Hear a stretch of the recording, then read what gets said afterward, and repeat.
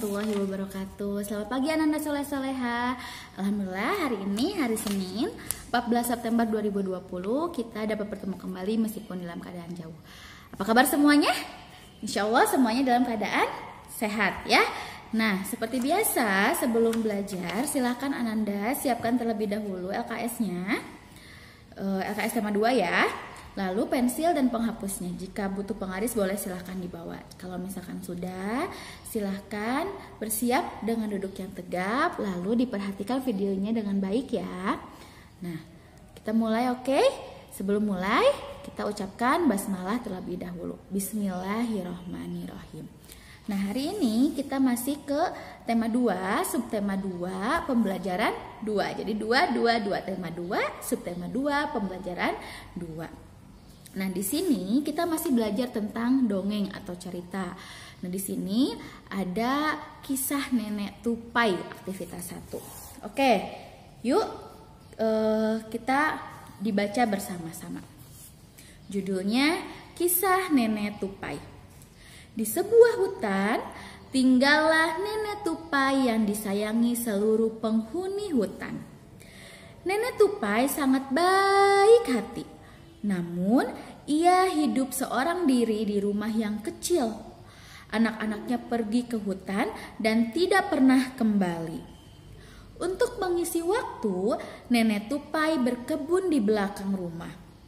Ia selalu membagikan hasil kebun pada hewan-hewan lain. Ia juga pintar mendongeng. Setiap sore, banyak hewan datang ke rumah nenek tupai untuk mendengarkan dongeng. Namun, hari ini nenek tupai sedang sakit dan tidak dapat mendongeng. Beberapa hewan berkumpul di halaman, seperti kancil, kuda nil, gajah, jerapah, dan landak. Nenek tupai pasti kelelahan karena setiap hari bekerja dan mendongeng, ujar gajah. Semua hewan mengangguk setuju. Apa yang dapat kita lakukan untuk membantu nenek tupai? Tanya kuda nil. Bagaimana jika kita merawat nenek tupai? Jawab jerapah. Tetapi siapa yang menggantikan nenek tupai mendongeng dan bekerja di kebun? Tanya landak. Begini teman-teman, kita sudah cukup dewasa. Ayo kita bergantian merawat nenek tupai, sebagian mendongeng dan bekerja di kebun, usul kancil. Semua hewan setuju. Sejak saat itu, mereka bergantian merawat nenek tupai. Jerapah bertugas merawat nenek tupai. Kancil dan landak bertugas mendongeng. Serta gajah dan kuda nil menyirami kebun. Nenek tupai sangat senang. Tidak lama kemudian, nenek tupai sembuh dan kembali dengan rutinitas berkebun dan mendongeng. Semua hewan hutan sangat senang. Nah, itu adalah dongeng kisah nenek tupai. Coba, ada yang bisa menyebutkan tokohnya siapa saja? Betul, ada nenek tupai. Terus apa lagi? Kancil, hebat. Terus kuda nil, pinter. Apa lagi? Gajah, jerapah juga landak. Hore, tepuk tangan. Sip, berarti anak kelas 3 memperhatikan dengan seksama. Lalu watak-watak dari hewan tersebut, dari nenek tupai, kancil, kuda nil, gajah, jerapah, dan landak, sifat atau wataknya apa ya? Ya, baik hati boleh, saling menolong boleh, atau selalu disebutnya dengan protagonis. Sip. Oke, lalu latar tempatnya di mana ya kira-kira? Di hutan. Ih, pintar sekali. Kalau latar waktunya?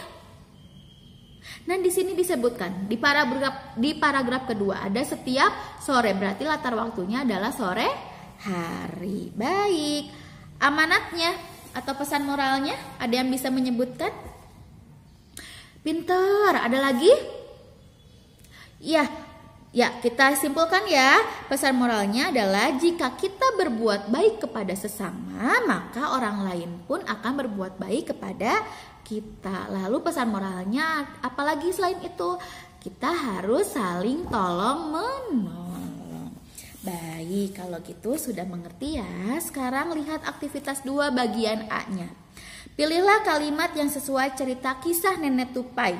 Nomor 1. Hewan yang sakit adalah tupai apa macan?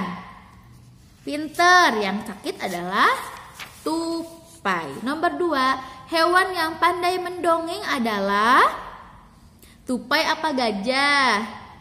Pinter, yang mendongeng adalah tupai. Nomor 3, hewan yang bertugas mendongeng saat nenek tupai sakit. Siapa ya?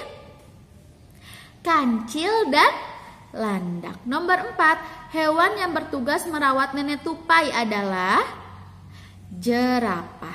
Tugas gajah adalah menyirami tanaman di kebun. Hebat. Oke, bagian B. Sekarang kalian silahkan kerjakan, di pause terlebih dahulu, dikerjakan sendiri-sendiri sesuai apa yang sudah Ibu bacakan atau kita bacakan tadi bersama-sama ya. Nah, nanti jika sudah silahkan lanjutkan ke aktivitas 3 ya. Sudah? Silahkan di pause terlebih dahulu kalau belum, kalau misalkan sudah dilanjutkan kembali ya. Di aktivitas 3 di sini berilah tanda checklist pada gambar hewan yang sesuai cerita kisah nenek tupai dan beri tanda silang pada gambar hewan yang tidak sesuai cerita kisah nenek tupai. Nomor 1 itu gambarnya apa? Gambar tikus. Ada nggak di cerita kisah nenek tupai? Nggak ada, berarti disilang. Nomor 2 itu gambar gajah. Ada nggak gajah di ceritanya? Ada, pinter, berarti di checklist. Nomor 3 itu gambar apa? Tupai, berarti di checklist juga.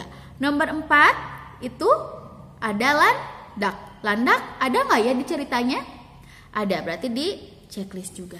Nah, anandaku, sesuai pesan atau moral cerita dari kisah nenek tupai, jika kita berbuat baik, maka orang pun akan berbuat baik. Nah, kalau gitu, sifat-sifat atau berbuat baik kepada orang lain itu contohnya apa saja?